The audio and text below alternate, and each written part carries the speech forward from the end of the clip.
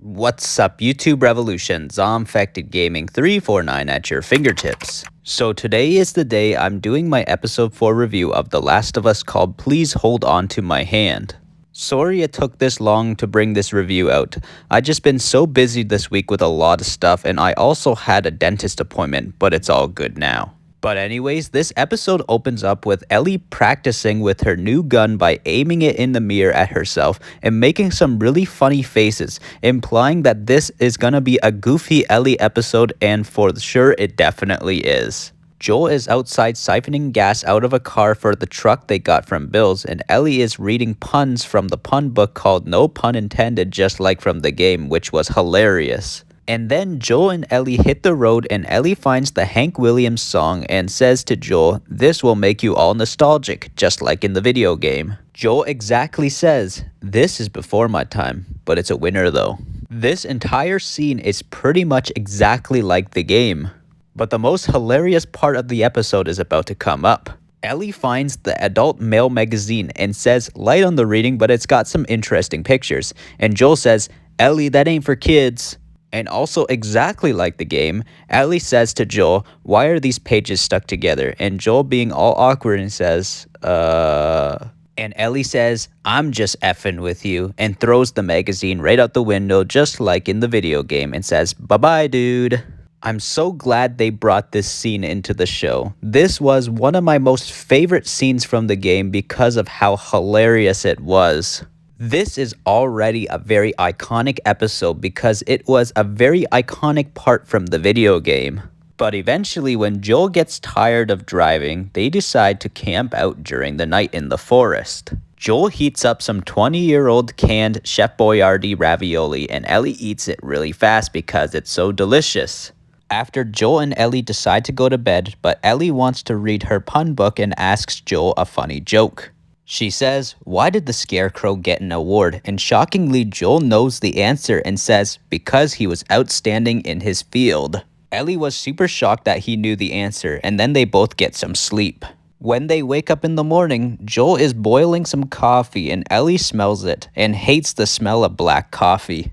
Since in this world, there's no more sweetened coffee like coffee creamer or sugar for the coffee. Ellie says, "Is this what it's like when they had it at Starbucks?" and says it smells like burnt crap.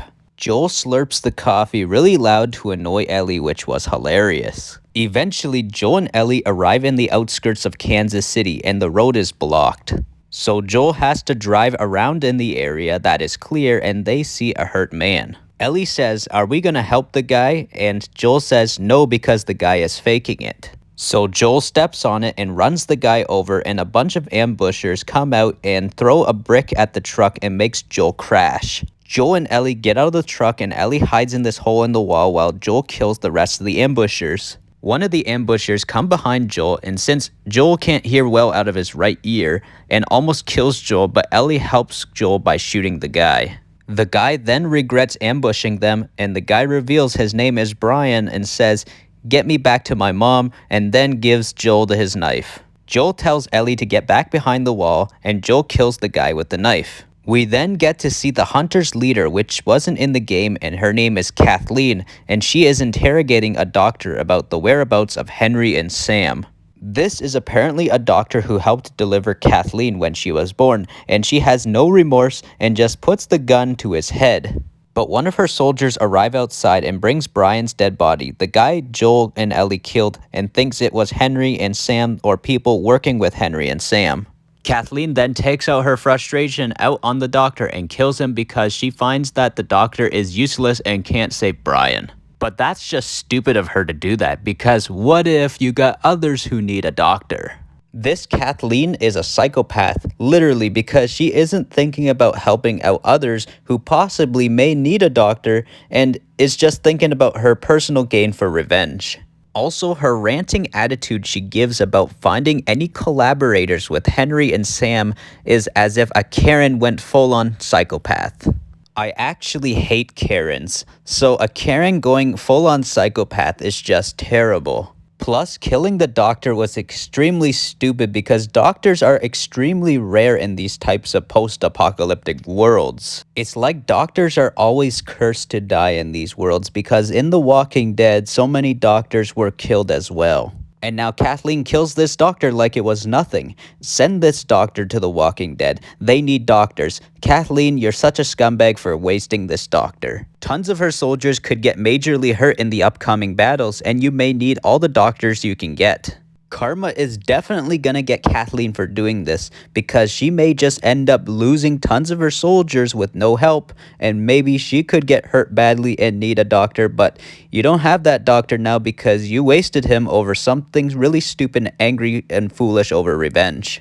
We then cut back to Joel and Ellie hiding in a building, and Ellie is wondering, who are these people? They aren't Fedra or Fireflies, and Joel says, people. But us, the viewers, know them as the hunters. We get to see Joel and Ellie have a conversation about how Ellie is just a kid and shouldn't have to kill people. Joel also says it was his fault because he didn't hear the ambusher coming. Joel also teaches Ellie how to properly hold a gun. Ellie wants to put the gun in her pocket, but Joel says no, put it in your backpack. Ellie doesn't listen and she waits till Joel isn't looking and just puts it in her pocket, sneaky Ellie style. After, we get to see Kathleen again and her right-hand man known as Perry, which is actually played by Tommy's voice actor from the game known as Jeffrey Pierce. I think Perry would have been a much cooler leader for the hunters. He looks so much more militarily equipped and so much better as a leader. Somewhere deep down in Perry's mind, he is looking at Kathleen as a leader and is doubting her and just isn't fit to lead. So Kathleen and Perry are searching building to building looking for Henry and Sam, and they end up finding this scary room. It had a bunch of cracks in the ground, and they take a step into the room and the cracks start to rumble and move, and they leave the room and just continue to look for Henry and Sam. The cracks in the ground is definitely a bloater hiding under there, which is the most powerful infected in The Last of Us. After Joel and Ellie make it to this tall building and they start walking up the stairs. And Ellie has this conversation with Joel about how did he know that the hunters were setting up a trap. Joel said that he's been on both sides of doing this kind of stuff back then. Ellie asks, did they hurt innocent people? But Joel doesn't respond to that. Eventually, Joel and Ellie make it to the floor so they can rest, and Joel uses broken glass by putting it on the ground as an alarm so people can't sneak up on them. Ellie asks Joel if he will hear it, and he says yeah, he will hear it. Joel says using a gun a lot will mess with your hearing, so he tells Ellie to stick to the knife. And once again, Ellie reads her puns before sleep and says to Joel, why is diarrhea hereditary? Because it runs in your genes. Joel and Ellie have a good laugh and definitely goes to show you this fatherly-daughterly bond is really growing a lot more now. But eventually when they go to sleep, Ellie is woken up first by people and Joel didn't hear anything, so Ellie had to wake him up. And who the people are? It's none other than Sam and Henry, and the episode ends. This episode was the shortest episode of the season so far, but I enjoyed this one a lot.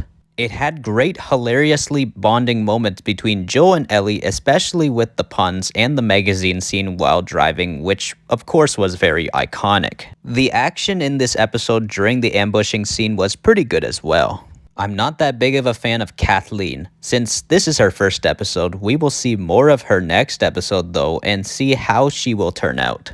I like Perry though, awesome character. I don't know how long he will last in the show, but so far, interesting character. The build up to Henry and Sam's reveal at the end was interesting, since I'm excited to see how their story will be in the show, but nervous at the same time to see what will happen to them. Hopefully this time they don't die like in the game. I want to see their story be left open-ended this time. But anyways, great episode with lots of fun moments. I'll give this episode a solid 8.9 out of 10. But anyways, if you're a Last of Us fan, consider subscribing to the channel and ding that bell icon really hard so I can always stay within fast reach of your fingertips when new uploads arrive. ZombfectedGaming 349 over and out. Revolution.